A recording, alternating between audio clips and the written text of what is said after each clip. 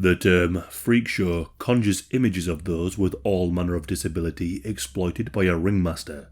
It speaks to a time when disabilities were not fully understood and were an oddity or a spectacle for the paying public.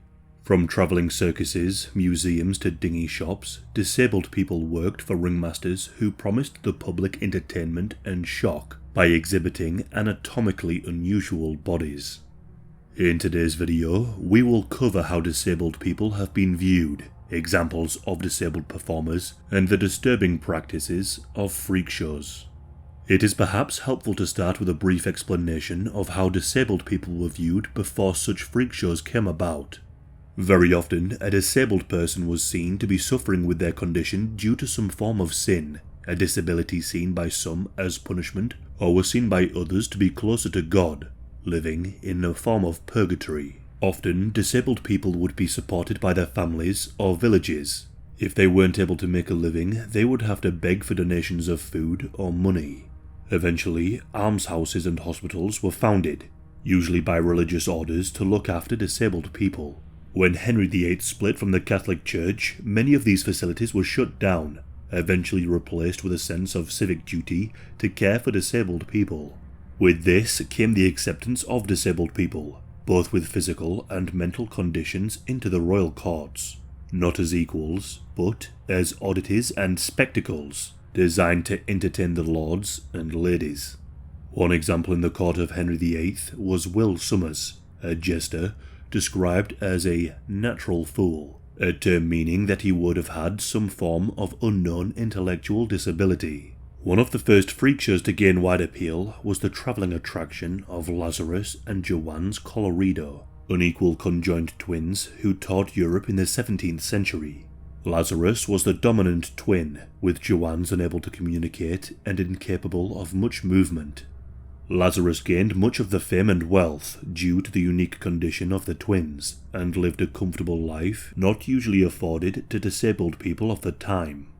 While such travelling circuses included people with disabilities as attractions, it would not be until the 19th century that these establishments reached their peak popularity.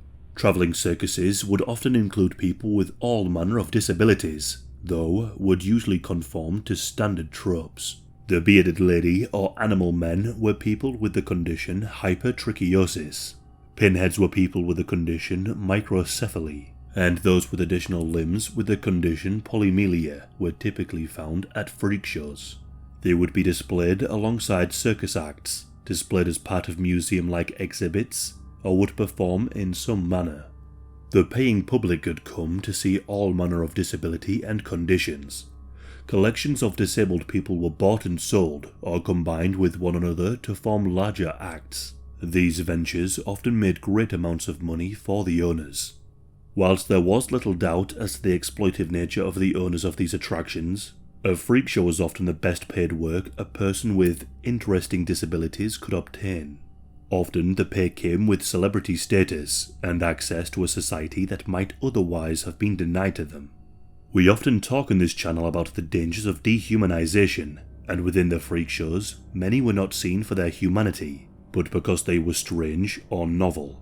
It is fair to say that despite the power and money a disabled person might earn working at a freak show, the cost was to become an exhibit for the able-bodied to gawk at. Perhaps the most famous of the freak shows was P.T. Barnum's American Museum. Opened in 1841, the museum combined a circus, museum, and a freak show in one location. There were dioramas of famous battles, new scientific wonders, and a freak show. The conjoined twins, Chang and Eng Bunker, who had already gathered much fame, were for a time part of the exhibit. But perhaps the most famous exhibit was Charles Stratton, better known under his stage name, General Tom Thumb. Barnum was successful due to how he would merge and create attractions to appeal to all, from working class to kings and queens. Usually, Stratton would have been shown by travelling circuses to appeal to working class audiences, yet Barnum was a master of creating shows for all. Stratton had dwarfism, and from a young boy was presented by Barnum as all manner of historical characters, including Napoleon. Barnum and Stratton would tour the world together, even visiting the court of Queen Victoria. Stratton would play a major role in turning public perception of disabled performers from something dishonourable to one of the more favoured forms of entertainment. There was, however, always what performers would experience when not on the stage: everyday ridicule and maltreatment in public. For every performer with the status of Tom Thumb, there were many more exploited and ridiculed. Many disabled people were kidnapped and pressed into working in the freak shows. Their physical attributes were sometimes exaggerated as a form of entertainment. Not all of those who worked in the freak shows earned as much as the stars in Barnum's show. Eventually, disabilities started to be better understood. As medicine and science developed, the public's perception began to shift. The example of Joseph Merck is a great example of how the freak show merged with medical understanding. Merck is otherwise known as the Elephant Man, a cruel name given to him for his facial, bodily, and limb deformities. He was billed as half man, half elephant, though in reality, his deformities were likely caused by Proteus syndrome. After a troubled early life rejected by his father and stepmother, Merck ended up in a workhouse as a teenager. He saw that his only escape from destitution would be to work in a freak show, and wrote to the owners of such establishments.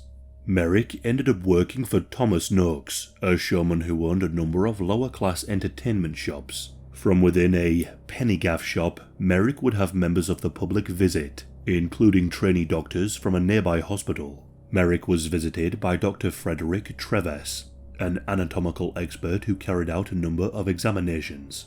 The doctor would present Merck to the Pathological Society of London as a medical marvel. Towards the end of the 19th century, the public's enthusiasm for freak shows was fading. He was kicked out of Noakes' shop and ended up touring mainland Europe. During this time, he would be robbed of his savings and would eventually make his way back to the streets of London. Due to his facial deformities, his speech was not clear, and the only way to work out his identity was a business card.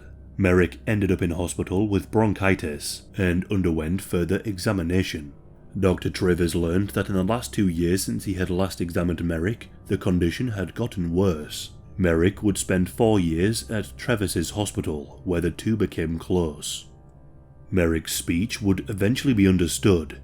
He would have his desires met, such as visiting the theatre, the countryside, and Treves's house.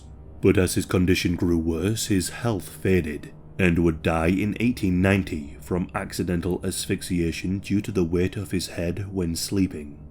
As disability was better understood, public perception shifted. Rather than seeing the freak show performers as oddities, a level of understanding developed. Disabled people were not treated as a spectacle, and would instead need medical help and societal acceptance. Othering them as a form of entertainment no longer became acceptable. However, more sinister beliefs would emerge, notably eugenics. This was the belief that the disabled people, amongst others, had no place in society and ought to be removed out of the gene pool. This genocidal and murderous ideology inspired some of the worst dictators of the 20th century. There are plenty of materials about those who worked in freak shows that show their perspective on both their condition and their employment. It was common for pamphlets to be sold at the circuses, detailing the person's life and experiences, as well as a source of income. One example is the pamphlet written by Frank Lentini, The Three-Legged Wonder. In it, he describes growing up with his condition and his outlook on life. It is a short read and can be found easily online. I would strongly recommend you take the time to read it. Freak shows have played a major role in recent popular culture, from TV shows such as The American Horror Story to movies like The Elephant Man. These depictions often portray those who ridicule or exploit disabled people as the true freaks. The term freak show we have used throughout this video relates to an offensive and outdated form of entertainment, one that sought to entice people to view disabled people as odd and to encourage their ridicule. Even to this day, there are examples of television shows that can be seen as exploitative, relying on shock value to entice audiences in the same manner as freak shows.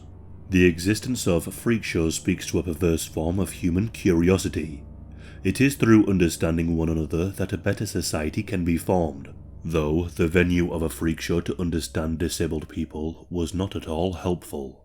It pushed the idea of otherness and placed disabled people only as a form of entertainment for their anatomy and not for who they were.